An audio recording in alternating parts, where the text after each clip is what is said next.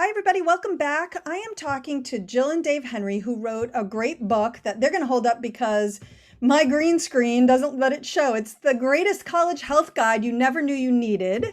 And you can get this at Amazon or anywhere that you buy books. All right. Well, before the break, we were just talking about some of the things that you found have resonated with families. I would like to talk more about stress and mental health. May is actually Mental Health Month. One of the biggest challenges on college campuses right now is mental health. I know that a lot of campuses are feeling stretched to their limits trying to help students deal with mental health issues. And it struck me as I read the book that this was a chapter that would be really beneficial for students, especially students who maybe have never even experienced any kind of mental health challenges before. So, talk to me a little bit about your advice in that section. Well, in this conversation about taking care of yourself for the first time and trying to figure out how to navigate those waters, at some point in time, you're going to feel terrible, right? Yeah. That's going to hit, a light bulb goes off, and maybe you're just tired, or maybe you've been isolating for a long time and something is just fine. An alarm will go off that, like, I just don't feel very good, right? Hmm. And that's a complex question to answer. And so, in order to enter that, you've got to be able to ask yourself, well, what have I been doing? Right? It's a triage kind of check in. Jill's way of looking at it is, how have I been doing recently? Right? So, what did I eat? You might feel terrible because you had 3 plates of lasagna for lunch. And like, that'll make you Yeah. feel terrible. That's true. Right? But you might feel terrible because you haven't been sleeping well for weeks, and that's starting to add up. And what we see across campuses nationwide, right, is that they all feel stress. The response for, do you feel stress regularly, is like 98%, right? Yeah. Yeah. One of the numbers that jumped out to us even more is that 88% of students felt stress in the last year. They felt overwhelmed by stress. And 60% of that 88% felt that within the last 2 weeks. And Oof. so stress is not this thing that sneaks up on you and grabs you because you weren't paying attention. Stress is something, as we know, that you deal with every single day, right? There are things that are going to come up that you've got to try and tackle and handle.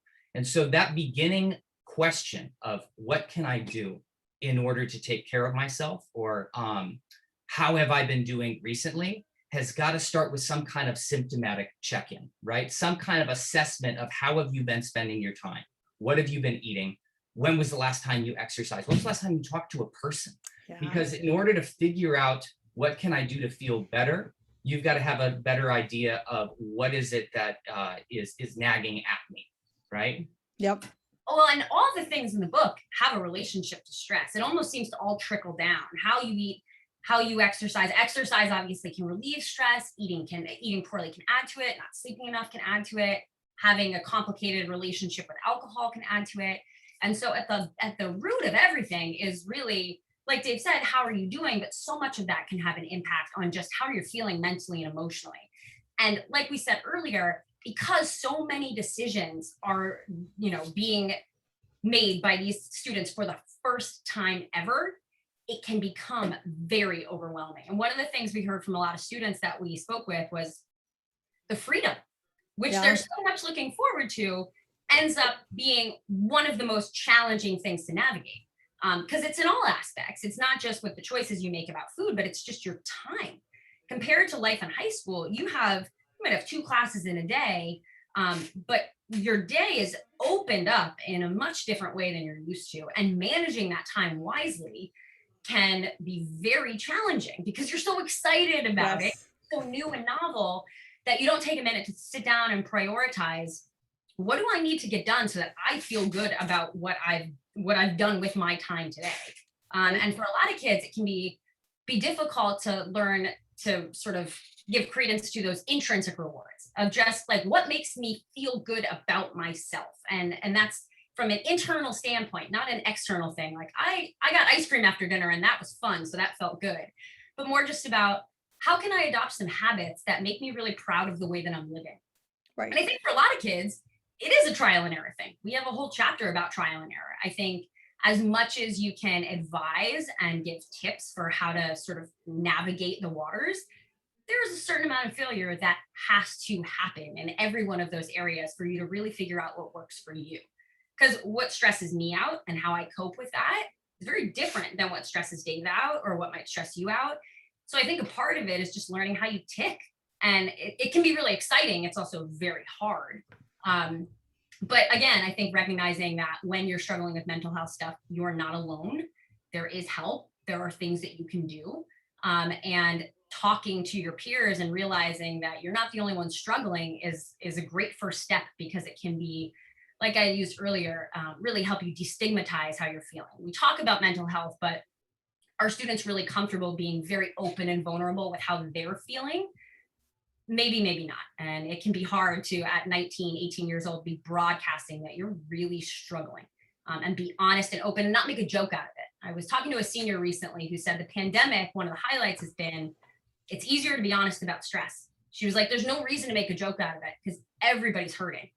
And Right. so maybe one good thing that comes out of this is kids can feel more freedom to talk about how they're feeling, and how they're not feeling great, and have honest conversations with one another and lean on each other more than they maybe had before. Yeah. No. Dave, Oh, go. really no. fast.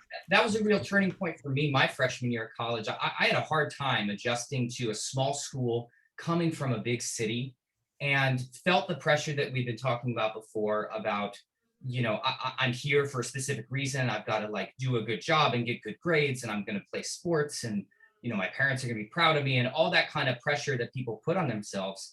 And it wasn't until I had kind of a breaking point and finally confided in my friend group, I don't think I'm doing very well. And that first step of vulnerability that involved a lot of tears and involved a lot of feedback from them felt like all of this stuff that I'd been carrying for so long and really pretending like I wasn't carrying.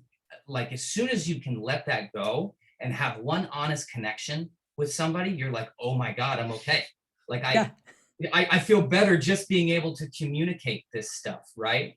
And in the conversation that we've been having about social media and about the perception of happiness and the perception of my life is so great, and feeling this weight of I've got to maintain this at all times, just finding any of these outlets for real vulnerable communication, whether it's somebody who you've known your entire life that you can take a walk and call and have a conversation that is not rooted in the life that you're created in this bubble at the school where you are, so you have a break from that. Or if it's just somebody on your floor that you're having a conversation with for the first time, and striking up that genuine connection not only gives you the relief from that burden of carrying those things, but it opens this platform for them to do the same. Right? Yeah. Yeah, I think that human connection is so important. And I also, getting back to what you guys are talking about in terms of having all of these decisions now that you get to make, I remember just that I no longer had a curfew, and I would look at my watch and think, oh, it's almost time for curfew and I don't need to go home, so I'm not going to. And how ultimately that led to probably a few too many really late nights out, until I said to myself, maybe I need to impose my own curfew. And I'm curious if there are ways to maybe ease that transition a little bit, um, being mindful that we have not only student listeners, but a lot of parents who are listening, things that maybe our current crop of seniors who are going to be going off to college can be doing this summer, specifically around that kind of decision making and handling stress and things like that. Yeah. One thing that we touched on a little bit in the book, but I think we've synthesized since we finished with the book, was actually advice that was given to me when I was pregnant with my son.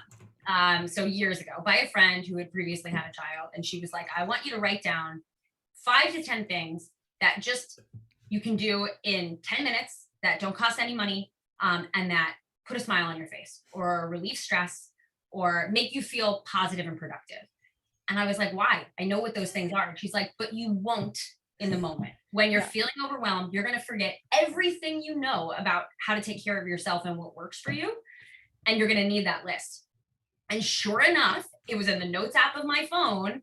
And I remember, and I gave it to Dave too, because sometimes when you're feeling so wound up in your own ball of sadness or stress, whatever it is, it can be really hard to remember that you have some things that have worked for you in the past. And so one of the things that I suggest to a lot of my runners is, particularly after they've graduated and you have this open summer, And you Yes. might have a job, but in a lot of cases, the obligations of the things you've been trying to do, the boxes you've been trying to check to get into college over the last 4 years, you're free Yes. from that. Is spend some time getting to know yourself and think about some things that you can do very quickly. Again, that are cost effective and fairly easy to do, like connecting with a friend. Maybe it's just going for a walk. Maybe it's listening to a podcast, but something that can help you just recalibrate. It might not be the solution, but it'll at least help you refocus so that you can start surging towards a solution. And so that's one of the things that I, suggest a lot to my runners is just spend some time this summer making that list and put it on your phone. And if you have the relationship with your parents where you'd feel comfortable sharing that with them, do it. So if you call them in a panic, they have some suggestions that they can remind you of that worked for you. Yeah. And spending some time on self-discovery before you get there, because once you're there, it's a carnival. I mean, the beginning of college is we describe the dining halls as a cruise ship buffet, but the whole thing can feel like a crazy 4-month long vacation. And so busy that it's really hard to carve out time to reflect and to get to know yourself even better without other distractions. And so that's one thing I think students can focus on during the summer. In terms of habits that you talked about, I think this is coming from me as a coach, but for those students who are student athletes, learn how to exercise on your own. Yes. It's such a challenge that I don't think I had even considered when I went to college because I'd always exercised. What I didn't realize is I exercised because I had a coach that was telling me what to do, and I had a practice time, and I had people who would, be annoyed if I didn't show up. And once you're done with high school sports, you have none of that. And we have a lot of students who were mentioning in their quotes, they were terrified of going to the gym because you do have, men in tank tops in there lifting 100-pound dumbbells in each hand and really setting the stage for what that gym might look like. And so students don't realize there's all shapes and sizes and strength levels in the gym. And that's just one piece of it.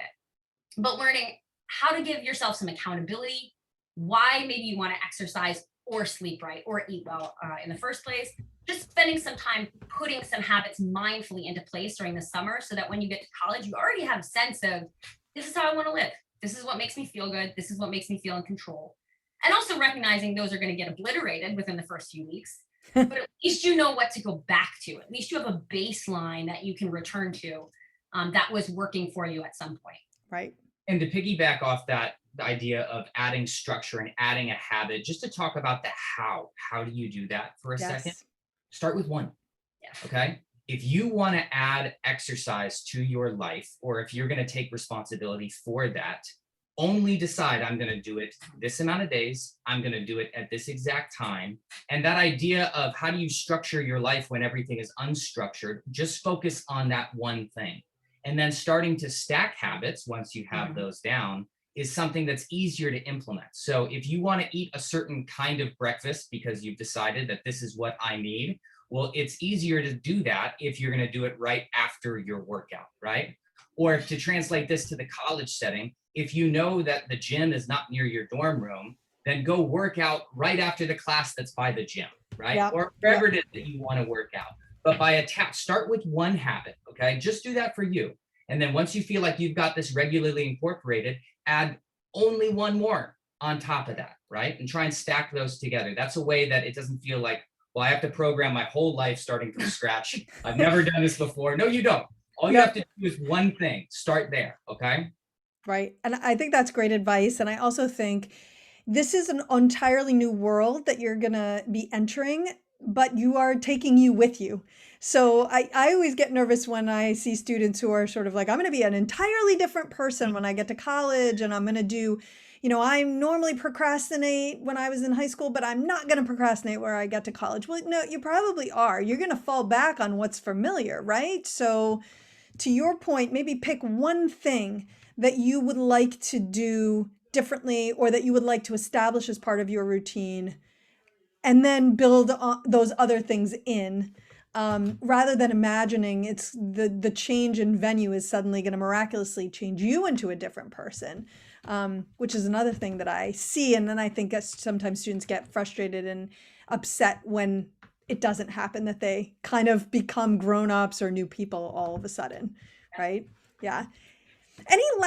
Before we wrap this up, any last final thoughts from each of you on, just making good choices or why to read the book? I think the theme of recognizing that health isn't a permanent situation and realizing that a big part of that is just starting over and starting over and starting over. If I could send kids to college with one piece of advice, it's that prepare to struggle and know that you have the power to restart every time you're feeling lousy. Yeah. And know that you have a support system, and it might not be right with you at the moment, but you have parents and friends from before you got to campus that are still there for you. Be vulnerable with them and let them know how you're doing, and ask for help when you need it. Yeah, and to piggyback off that, do that list this summer. And Yeah. do it right now. Put it in your phone. Your family, your friends, your coaches, mentors, anybody that you've had a close connection with that would like to hear from you. That's the person that you want to call when you don't know what to do, or when you need a break because one of your new friends is mad at you, or you got a bad grade on a test, or whatever it is. Take a break from that, reconnect to these people who know you, and then go from there in terms of taking care of what you got to take care of. I love both great, excellent pieces of advice. And I think right there for me is the reason why people should buy your book. Again, it's The Greatest College Health Guide You Never Knew You Needed. It's by Jill and Dave Henry. There's a copy of the book. I would encourage all of our listeners to go out and check it out. And thank you so much for joining us today. I appreciate it. Thank you Okay, for thank having you. us. Absolutely. All right, we are going to take a really quick break. And when we come back, we are talking about 529 plans. So don't go away.